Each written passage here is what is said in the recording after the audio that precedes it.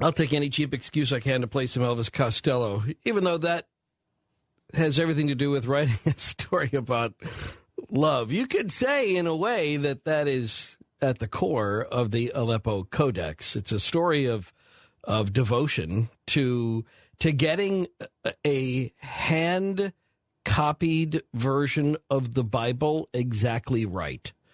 The first 5 books, in particular, the Pentateuch, the most important part, the core, the heart of the Hebrew Scriptures, and that was the Aleppo Codex. It was the perfect book. It was the book that became so renowned for its accuracy and its beauty that it was simply referred to as the crown.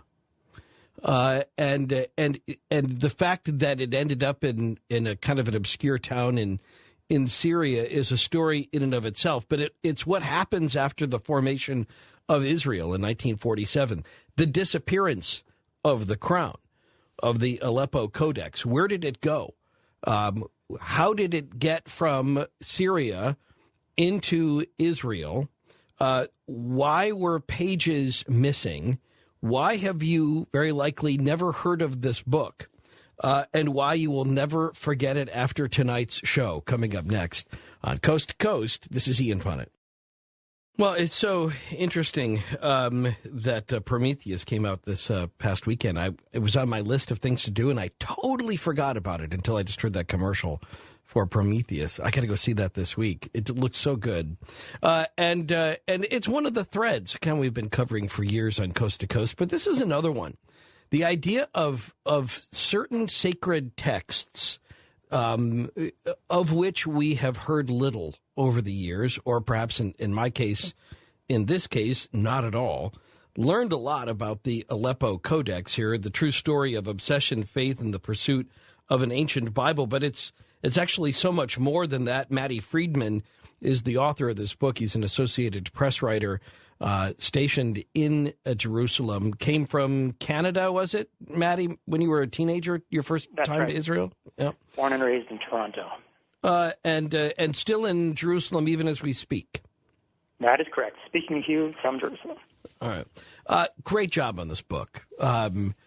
Not just part journalist here. Obviously, you had to be part detective. No, I'll go another. You had to be like part spy. There were certain things you did in uncovering these details here, which bordered on espionage. You had to, it was tricky. They put you through your paces to try to get this information, but it's great. But before we go into the Aleppo Codex, let's talk a little bit about Syria, because it's been in the news lately too. And I know since you're there, and it'll form an interesting backdrop when we get into the history of this a little bit. Things obviously pretty tense in Syria, and there's a lot of fighting. And we keep getting these stories of these massacres that are happening, and it seems like the country is in a kind of lockdown, not unlike what happened back in the 40s when the Aleppo Codex story starts here. But tell us a little bit. What are you hearing now in Jerusalem? What's the word on the street? What's the future of Syria as you're hearing it? Certainly, people in Israel are following the situation in Syria with a lot of interest and some concern, because there hasn't been unrest like this in Syria for many, many decades. They've had a very stable and very brutal dictatorship that has kept things very quiet over there in terms of the internal politics of the country for many, many years. And a situation of prolonged instability in Syria, or a change of government that would see perhaps less rational leadership in Syria or more extreme leadership in Syria, is certainly a reason for concern in Israel. And people here are watching it unfold, as I know many people are in America and elsewhere. How are things for non-Muslims in Syria these days? That is a very interesting question. There were traditionally 2 significant communities of non-Muslims in Syria for many, many centuries, for millennia. As a matter of fact, one of those communities was the Jewish community, which existed largely in Damascus, the capital, and in Aleppo, which is the center of my story, and which has been in the news recently because there's been violence there as well as part of the recent unrest. But beginning in the mid-20th century, beginning with the the creation of the State of Israel, the Jewish community was forced out, and today, with the exception of about a dozen people in Damascus, there are no Jews left in Syria. About a dozen brave Jews left in Damascus. There are a dozen or so. A colleague of mine visited there several years ago and met some of the remaining Jews in Damascus.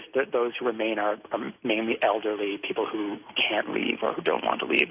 Those who could get out got out long ago. Many of them live in Israel, and many of them live in America.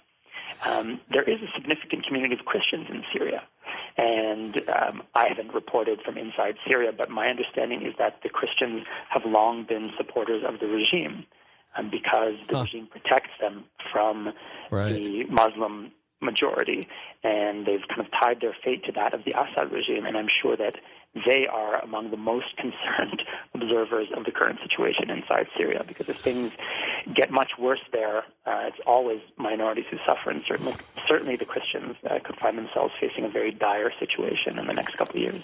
Well, I hate to see it anytime a Christian community makes a deal with the devil, and even for their own existence, such as what seems to be the case going on in Syria. But that actually, there's a precedent for that, and that's, we go back. Well, let's talk about the city of Aleppo, because at the time that Syria became very hostile to Jews after the formation of Israel in 1947, there were a few pro-Syria, anti-Israel Jews in Syria as well. That it forced a weird line for people who nationally had considered themselves Syrian, although they were Jewish, and suddenly they were caught up in this intrigue as Israel was forming as a nation and Syria as a country was turning against it. Can you talk about that a little bit? Sure. There's a very interesting tension that is created in the first decades of the 20th century.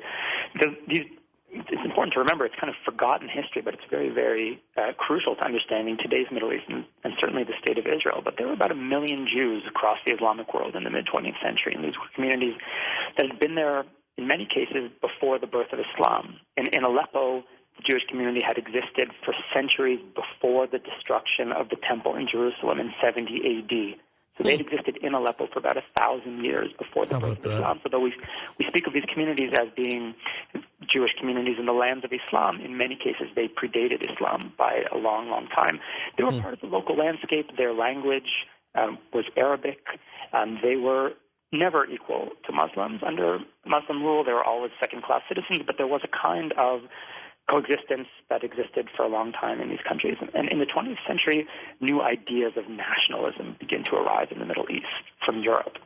And the identity of most people in the Middle East had always been religious. They had been primarily Muslim. And what happens in the early years of the 20th century is that the idea of Arab nationalism takes root. So the idea is that Arabs as a nation, as an ethnic group, have to have their own political leadership. They need their own state. And that happens parallel to the same idea taking root among Jews. Jews had always identified primarily religiously, and they had been Jewish people living in Germany, or Jewish people living in Russia, or Jewish people living in Morocco, or Jewish people living in Baghdad. But now there was an idea that Jews themselves were an ethnic group who needed their own state. And these two ideas are on a collision course, Arab nationalism and Jewish nationalism, that explodes in 1948 with the creation of the State of Israel. So the build-up for this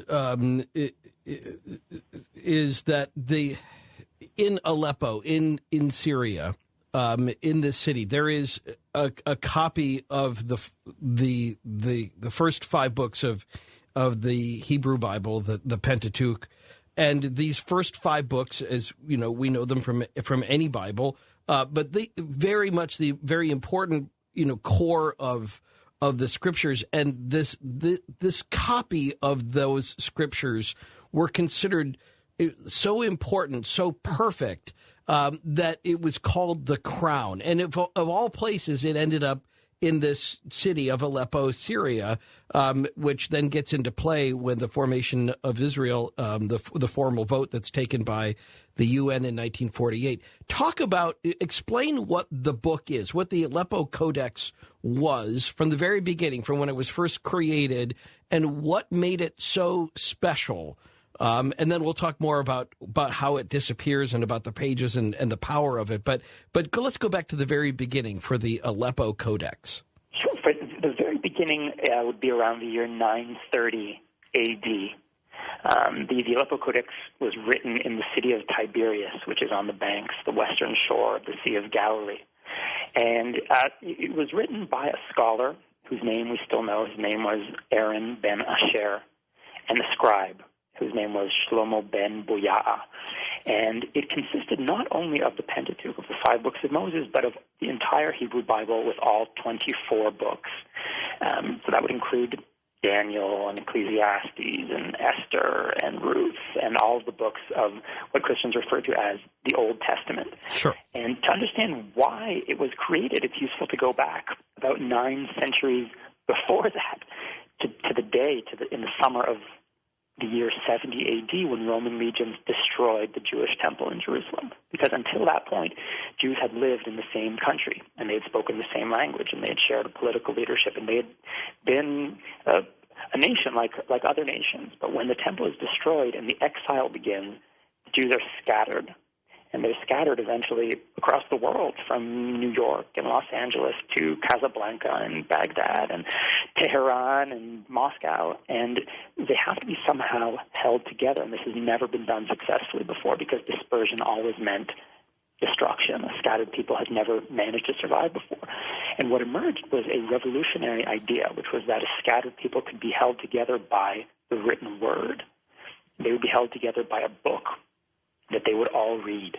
And this book is the Hebrew Bible, of course. And for that to work, you need a perfect version of the text, because any minor divergence in the way the text is written could lead to a splintering of the faith. If the people in Casablanca are reading one book and the people in Krakow are reading another book, that could end up with 2 different religions, because religious texts are subject to such intense interpretation. Every detail is important. So the process of many centuries in which the text is redacted and edited and perfected, and the perfect version of the text, the authoritative version that would serve as the key, the master copy of the Hebrew Bible, is the Aleppo Codex, the crown, which is written in 930 in Tiberias. Of course, it's not called the Aleppo Codex. At the time, it only arrives in Aleppo when it is already very, very old. From Tiberias, it ends up in Jerusalem, the walled city of Jerusalem, in the 11th century, in the hands of a Jewish community there. And it's in Jerusalem when the Crusaders arrive in 1099, the First Crusade. And the Crusaders aren't particularly interested in the Jews. They're primarily interested in redeeming the Holy Sepulchre from the Muslims. But there are a considerable number of Jews inside Jerusalem. And in fact, there are Crusader chroniclers who tell us that defenders of Jerusalem, when the Crusaders arrived, were Muslims and Jews who participated in defense of the city. The Codex is taken by the Crusaders after they conquer Jerusalem, and it is redeemed, it's ransomed by the Jews of Cairo, who are the most wealthy and important Jewish community in the area at the time. They send an envoy with money to buy back human captives from the Crusaders and to buy back valuable manuscripts from the Crusaders. Because, of course, we have to remember what a book was in those days. I mean, there were no printing presses, there was no Kindle, there was no Library of Congress. Books existed in one copy, and the Aleppo Codex existed in one copy. And in fact, the Aleppo Codex existed in one copy until the mid-20th century. There were no photographs of the book. There were no known copies of the book. If the book were ever lost, Judaism's most important manuscript, it was just lost. The information inside was irreplaceable. So obviously that made it very valuable. And it was ransomed back from the Crusaders, and it ends up in Cairo. And in Cairo, it reaches the desk of a philosopher and an important scholar of Jewish law named Moses Maimonides. Maimonides' day job was as a physician in the court of Saladin in Cairo. And he wrote a very important work of Jewish law, and in this work he writes explicitly that the authoritative version of the Hebrew Bible, as far as he is concerned, is this manuscript that came from Tiberias. And he describes the manuscript, and we're talking about the crown, about the Aleppo Codex. And because Maimonides is considered probably the greatest mind in Jewish thought over the past several millennia and one of the great minds in Western philosophy, that gives the book a stamp of approval as the perfect biblical text, and that's an importance that it retains to this day. And it's Maimonides' great-grandson's grandson, so a descendant of Maimonides, who leaves Cairo at a time of political upheaval in Cairo and takes the Codex to Aleppo. He travels north to Aleppo, which is an important trading city in Syria, and it's hidden in the great synagogue of Aleppo for 600 years. 600 years. I'm gonna have you unpack some other parts of that coming up in a minute, but I want to stress that with a parallel. It's so interesting because, I think we all think we understand about Bibles because, we all kind of grow up around hearing about sacred scriptures, but this is such a unique book. And it be not just because of its physical existence, but also, as you said, Maimonides, who's like really one of the coolest guys in the history of history, Definitely. is the guy who looks at it, who uses that for his writing. It's a little bit like, this is kind of a lame comparison for Americans maybe, but it'd be sort of like if there was a perfect copy of the Constitution that Abraham Lincoln had carried with him in his hand, That's a great comparison, in my opinion. That's a great comparison. While he was writing the Gettysburg Address or something. It's like the compounding of history on top of itself. But let's talk again more about the Aleppo Codex itself, because as you said, it was like the best scribe. So the person that did the scribal work on the Codex, but also the commentary that goes along with it. And that part is somewhat of what makes this so beautiful, because the guy that was doing the writing knew the entire Bible by heart. That's right.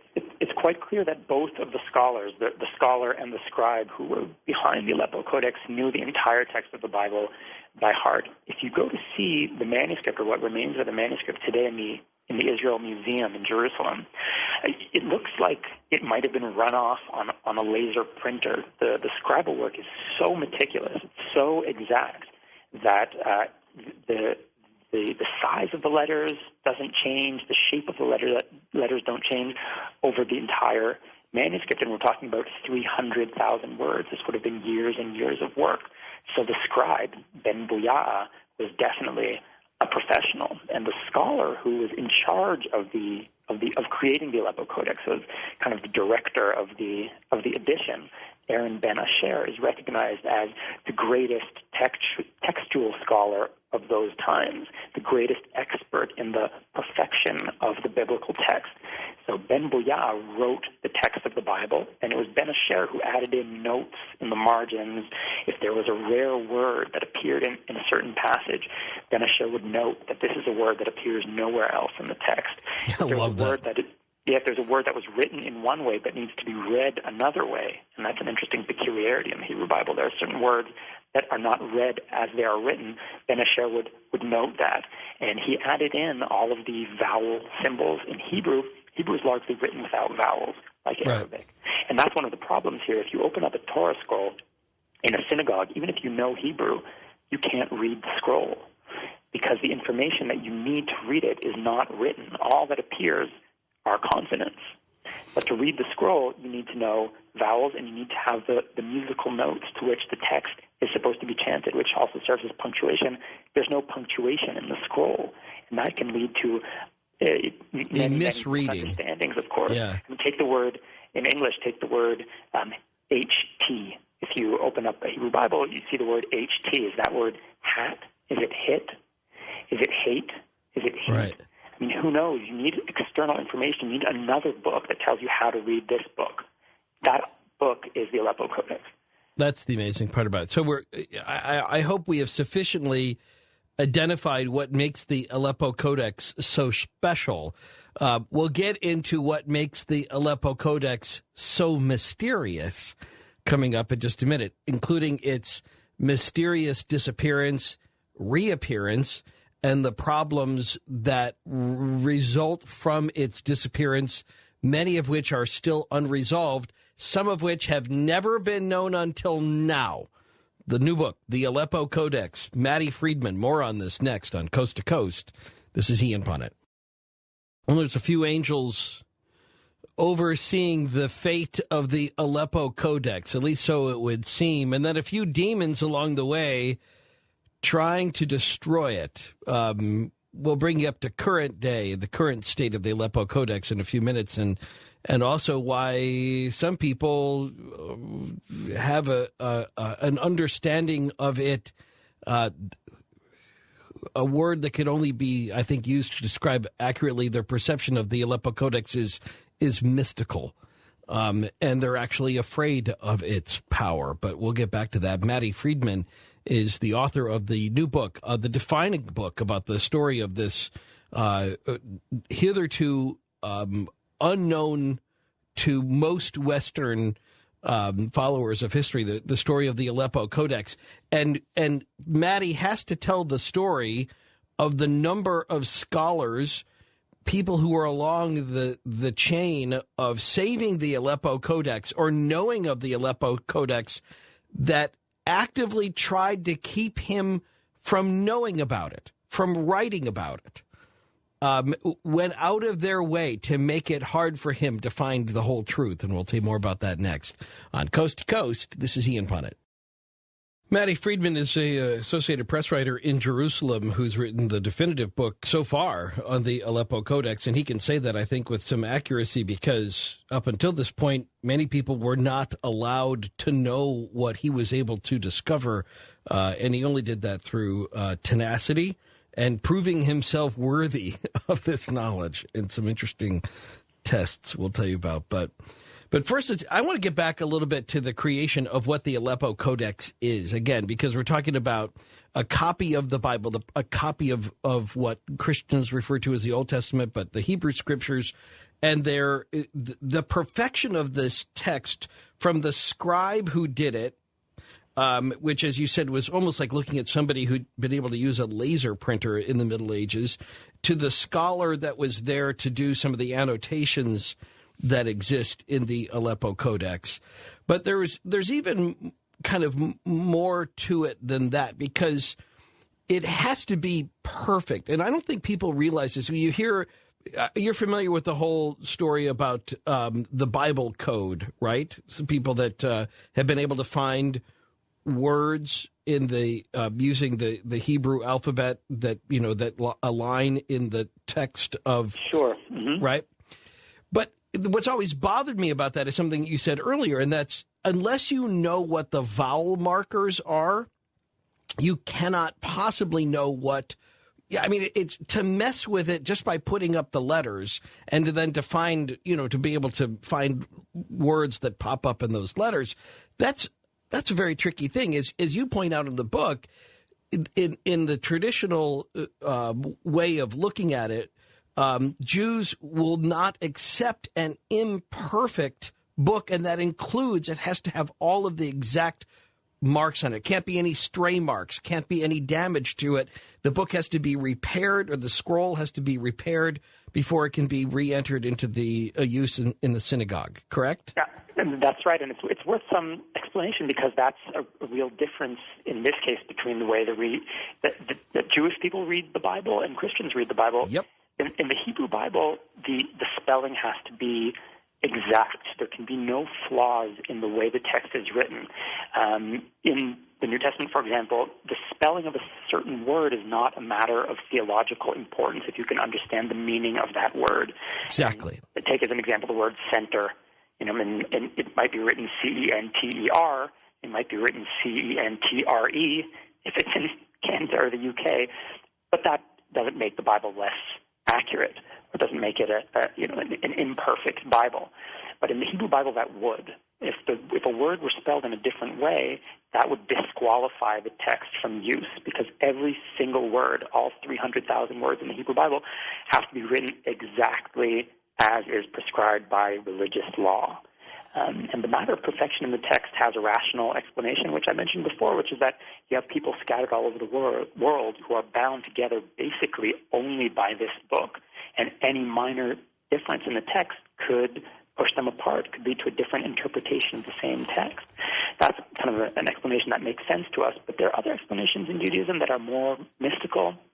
The matter of perfection in the text is is a matter of of religious significance, because this is a text that was given to us by God, and you can't get anything wrong even if you don't understand why. There's information in the text that we don't necessarily understand. There are some strange markings in the Torah scroll. There are certain vowel symbols that we don't even pronounce today. For example, there's a vowel symbol that changes the vowel ah into the vowel ah. Just right. It's like double AH to AH, right? Exactly. We don't even pronounce that. A person reading the Torah scroll in synagogue won't differentiate between those two, but it's written in the Aleppo Codex. And that information has to be preserved even if we don't use it and even if we don't understand it, because losing information that we have means we're losing information that God wanted us to have. Even if we don't understand what it means now, we might have understood it once, and we may understand it again one day. And in the meantime, we have to preserve it. There's a mystical tradition in Judaism that all 5 books of the Torah, the 5 books of Moses, are all one long version of the name of God. Yeah, which is another way of telling us that you better not get anything wrong, because the perfection of the text is a matter of religious significance. Right. And so, again, just for people who we're talking about Genesis, Exodus, Leviticus, Numbers, Deuteronomy. Right. That's the 5 books of Moses. That's right. And so that's the heart of the Hebrew Bible. The core. And if we're going to look for another Christian comparison to this, we might say that if all Christians had to read the New Testament in Greek, and you couldn't ever change a letter of the Greek, and that every Christian liturgy was done in Greek, that's closer to what we're talking about. But again, that shows the importance of this book, that there was not one thing wrong with it. It was an exact, perfect version, and it was done in a book form as opposed to a scroll, which is another thing that makes it so unique. When it was done, that it was done on, was it vellum? Is that what they did it on? It was done on parchment, not vellum. We don't even know if it was goat or cattle, because the leather workers in Tiberias did such a great job of processing the parchment that experts today can't even tell what kind of livestock were used to make the parchment of the Aleppo Codex. But it wasn't vellum. It was kind of regular, high quality animal skin. But this is what makes it so unique, and everything was perfect about this book. And as Matti went over the history, it ends up in this town, and I'm going to say this, a fairly obscure town. I mean, this isn't even like. I mean, we don't know Syria, we don't hear, but it's not one of the marquee names of the Middle East that we hear about. Damascus, Jerusalem, Cairo. It's Aleppo, and Aleppo doesn't have quite the. It's just not a very sexy name in the history of the Middle East. For Westerners, it's definitely a B list. It sounds like a missing Marx brother, is what it sounds like. But for here, by the way, Aleppo is quite an important city. In Syria, it's the second most important city after Damascus, but it certainly has never been. It's never really been in the news, except for now. Probably more people have heard about Aleppo in the last few months in the West than have ever heard about the city because of the political unrest that's going on there. But I mean, it's not like even saying Cleveland. It's like saying Akron or something. It's not. But this is where it ends up, and it ends up in this very old synagogue and this community that's dedicated. They love the fact that the Aleppo Codex, as it has become known, that this book ended up there, and they guard it. And as you said, they guard it for 600 years until it suddenly comes into play when Israel is created, and many of the Muslims, but not all of them, but many of the Muslims of Syria decide to go on an anti-Semitic campaign through the city of Aleppo. Talk about that night that Israel was voted by the UN into nationhood. Certainly. Maybe I can go back just one step earlier Sure. to say that the community always believed that the book protected them. So over the 600 years that the Aleppo Codex is kept in the synagogue in Aleppo, it starts out as a scholarly resource, and over the years it becomes less of a scholarly resource and more of a religious icon, almost a symbol of the community. And there are all kinds of stories and beliefs that are woven around the Codex, largely to protect it. And the main belief is that the book protects the community, and if anything ever happens to the book, if it's ever removed from the synagogue, the community will be destroyed. And if you ever talk to old Jewish people from Aleppo, they like to point out that that actually happened. The book is removed from the synagogue and the community is destroyed, and today there's not a single Jew left in Aleppo. Isn't that amazing? The book is kept in 1947, around the time of the important UN vote. The UN vote happens at Flushing Meadow, New York City, and the vote is on November 29th, 1947, and they're voting on whether to partition the territory of Palestine, which is then ruled by the British, into two states, one for Jews and one for Arabs. And at this time, the Codex is kept in the synagogue, where it's always been kept, in a dark grotto called the Cave of Elijah the Prophet. And it's kept in a safe that has two locks. And it has two locks so that it can't be opened by only one person. Two different community elders have a key, different keys, and they both have to be present in order to open the safe. And that's a way of getting the guardians of the Codex to keep an eye on each other. And the Codex is almost never removed from its safe, and there have been attempts to obtain it. There have been attempts to buy it from the community that always rebuffed these attempts. They'd also rebuffed attempts to photograph it. That's why on November 29th, 1947, 1,000 years after the Codex was written, there were no copies of the Aleppo Codex. Judaism's most important book existed only in the original, in the copy that was kept in that safe. And the day after the UN vote, the UN, of course, votes to partition Palestine and the Jews in what would become Israel, and across the world celebrate this sense of national redemption after a 2,000-year exile. But for people in the Arab world, this was a terrible humiliation. And it was kind of the imposition of a foreign entity in the heart of what they considered to be the Islamic world. And there are riots across the Middle East. The Middle East erupts, and the target of these riots are local Jewish communities, these communities that we mentioned earlier that existed for centuries and were very much native communities that in some cases, like Aleppo, predated the birth of Islam. In Aleppo, mobs begin stalking Jewish areas, and they burn Jewish homes, and they burn Jewish businesses, and they burn 18 synagogues. And one of the synagogues that they burn is the Great Synagogue of Aleppo, where the Codex is kept. And the book disappears. And rumors reach Israel, or what would become Israel because the state hadn't quite been declared yet. Rumors reach Israel that say the book has been lost. And there's a very striking obituary written for the Aleppo Codex. I can only describe it as an obituary. In January 1948, at the height of Israel's War of Independence, when actual people are being killed, a lot of them, the book is considered so important that it warrants its own obituary in one of Israel's most important daily newspapers, Haaretz.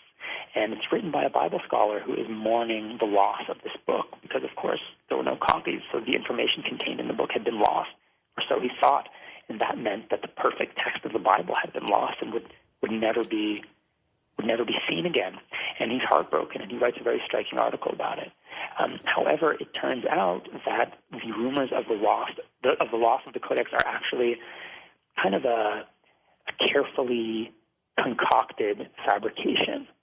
And it had been cooked up by the leadership of the Jewish community in Aleppo. They knew that the Syrian government wanted to get its hands on the Codex, which was known to be very, very valuable, and it was a cultural artifact of some importance. The government was trying to find it, and government agents had contacted Aleppo rabbis about the Codex, and they wanted to throw the government off the trail. They wanted to get them off the scent. So they spread the rumor that the book had been burned in the fire, and they spirited it into hiding and hid it in a storeroom in one of the Aleppo bazaars, and it ended up staying there in secrecy for 10 years. It just kind of, in a way, it's kind of hidden, not hidden in plain sight, but it wasn't, I mean, they didn't have a safety deposit box. They didn't have a special vault underground or anything. They had a storage facility. It just so happened that everybody was able to keep a tight lip, and those people that knew kept the secret, and the Syrian government had no idea that this book that they had thought had been burned by anti-Zionist rioters was actually alive and well. And under their nose. Right under their nose. Aleppo bazaars. It's interesting to note that the first person to hide the Codex before it ended up in its storeroom was a Christian who the Jews trusted. There was a Christian merchant in Aleppo who was a friend of the Jewish community, and they gave it to him initially, thinking that no one would suspect a Christian. And that was true, and he kept the Codex for several months before the Jews moved it from his hands to the storeroom of a very important Jewish businessman in Aleppo, and that's where it remained until 1957. Yet, I want to change a little bit of the direction here of the story, because then it remained there until 1957, and we'll talk about how it migrates to Israel coming up. But what's interesting about that is that as you started, let's talk a little bit about the story of how you even came across the story of the Aleppo Codex, how you as a writer for Associated Press, how this even got on your radar. It was the summer of 2008, and at the time, as you mentioned, I was a correspondent for the Associated Press. Today I write for a new website called The Times of Israel. I was a correspondent, and I was basically bored with covering politics of the conflict between Israelis and Palestinians, which can end up for a reporter being a very circular and kind of uninteresting story that wears you down after a few years of covering it. And I knew there were many, many interesting stories to be covered. And I began covering biblical archaeology, and I began covering the antiquities trade. And these are very, very rich stories that get at the story that is under the surface, the story that's behind the headlines here. In the summer of 2008, I was at Israel's National Museum in Jerusalem, and I was in the building where the Dead Sea Scrolls are held. It's called the Shrine of the Book. And on the top floor of that building is the gallery where the Dead Sea Scrolls are held, the Qumran scrolls. And, of course, everyone knows those manuscripts. They're the closest thing the world of Hebrew manuscripts has to celebrities, kind of the Lady Gaga of the Hebrew manuscript world. And that gallery was full of visitors and tourists. And I walked down a flight of stairs into a dark, basically into the basement, into a dark subterranean gallery. And that gallery was empty, and there was a manuscript in there that I had never heard of. And from the labels in the gallery, I understood that this was Judaism's most important book, and yet I had never heard its name before, and that was the Aleppo Codex. And I wrote a story about it for the AP. It was a pretty standard news feature. I wrote about the manuscript. I interviewed several academics. I understood that there were pages missing from the manuscript and that was a mystery, and I wrote about that, and I published the story. I believe it was September 2008. And then I started digging deeper because I was intrigued by the story, and I still thought it was quite a simple and straightforward story. And as I dug deeper, I discovered, first of all, that people didn't want to talk to me. They didn't want to answer my questions. They didn't want to go beyond the simple narrative that existed at that time. And eventually I understood that at least some of what I had written in the article was incorrect, because the information in circulation when I wrote the article, basically the information that has been in circulation until last month when my book was published, was false. And it had been circulated in order to protect people, in order to cover up what was a far more interesting but, of course, far dirtier story. Well, and I want to amplify that a little bit, because you start to ask questions and you immediately start running into a connection with the Mossad, that somehow the people that know the most about the Aleppo Codex end up being Israeli secret agents. One of the first names I heard when I started looking into the story was the name Rafi Sutton. And Rafi Sutton was an ex-Mossad agent. He was retired by that time. He was almost 80. And I was told that if you're writing about the Aleppo Codex, you have to go speak to Rafi Sutton. So I contacted him, and I sat with him in his living room. He lives in a suburb between Jerusalem and Tel Aviv. And I sat in his living room. And Rafi Sutton is almost 80, but he's one of the more imposing people that you'll ever meet. He's a very experienced interrogator. He's an experienced runner of agents, and he did this for many, many decades. And as I write in the book, when Rafi looks at you, you can feel his fingers rummaging around your brain. He looks at you, and you feel like you're going to yield information that he wants, whether you want to or not. A very imposing character. And he sat in his chair in his living room, and on the coffee table he had placed a file folder full of yellowing documents. Well, let's leave the story right there. The yellowing documents on the coffee table, and we'll get right back to that. Matti Friedman, the author of the Aleppo Codex, A true story of obsession, faith, and the pursuit of an ancient Bible, not just any ancient Bible. And we'll get into the missing pages part. It's really part of the very intriguing aspect of the mystery. Who took those pages? Where are they now? Why can't we know? Next on Coast to Coast.